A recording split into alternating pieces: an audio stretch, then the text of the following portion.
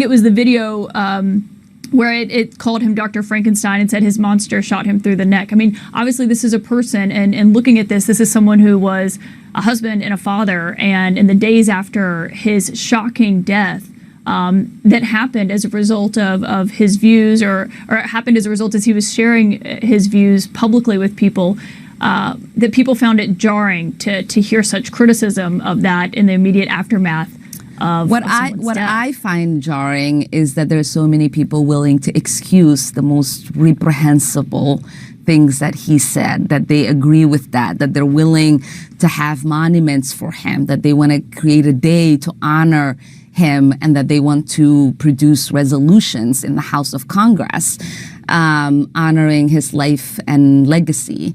It is one thing to care about his life, because obviously so many people loved him, including his children and wife.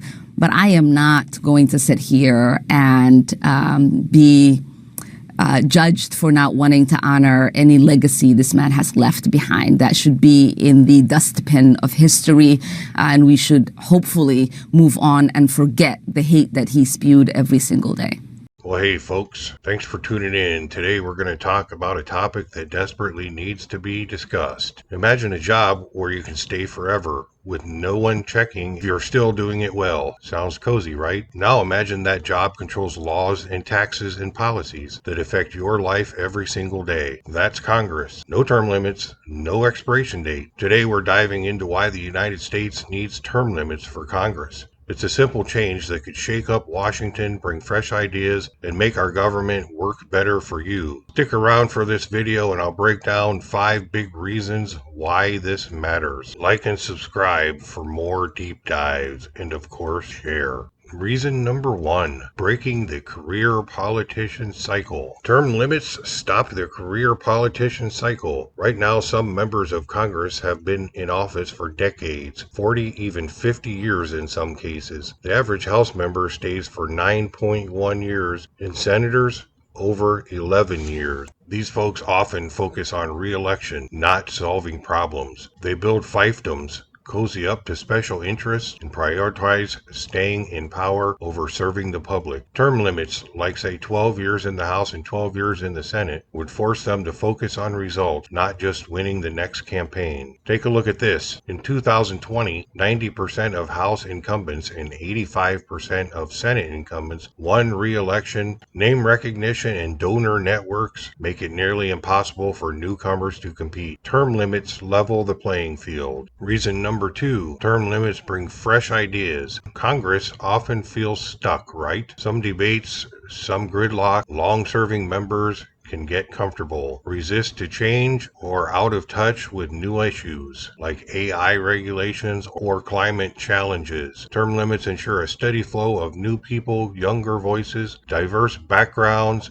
maybe even someone who's worked a regular job recently. In states with term limits like California and Michigan, studies show legislatures adapt faster to new priorities because fresh faces aren't tied to old ways of thinking. Think about it. Would someone elected in the 1980s have the same grasp of cybersecurity as someone elected today? Probably not. Reason number 3, term limits fight corruption. The longer someone is in Congress, the more they get tangled up with lobbyists and big donors. Sources reported that in 2022, over $4 billion was spent on lobbying Congress. Career politicians often rely on these groups to fund their endless campaigns, which means they're more likely to prioritize corporate interest over yours. Term limits cut that cord. If you know you're out after 12 years, you're less likely to spend your time schmoozing with special interests and more likely to focus on actual governing. Look at revolving door politics. 77% of lobbyists in D.C. have previously held government jobs per a 2017 study. Term limits Reduce the time politicians can build those shady networks. Reason number 4, term limits make Congress more accountable to you. Right now, career politicians can coast on name recognition and donor money, ignoring tough issues because they know they'll probably get reelected. Term limits force them to deliver results in a fixed time, or they're out. It's like a performance review of your job. You've got to show up and get things done. In states with term limits like Florida, voter satisfaction tends to be higher because politicians know their time is limited, so they hustle to make an impact. Imagine your boss never checking your work. That's Congress without term limits. With them, it's like a deadline to actually serve the people. And finally, reason number 5. Term limits align with what America's founders wanted. The founding fathers like George Washington warned against lifelong political power. Washington stepped down after 2 terms as president, setting a precedent for fresh leadership. The Constitution doesn't mandate term limits for Congress, but back then serving was seen as a temporary duty, not a career. Today, Congress has a 20% approval rating per Gallup polls, yet incumbents keep winning. Term limits would bring us closer to that original idea. Public service, not a lifelong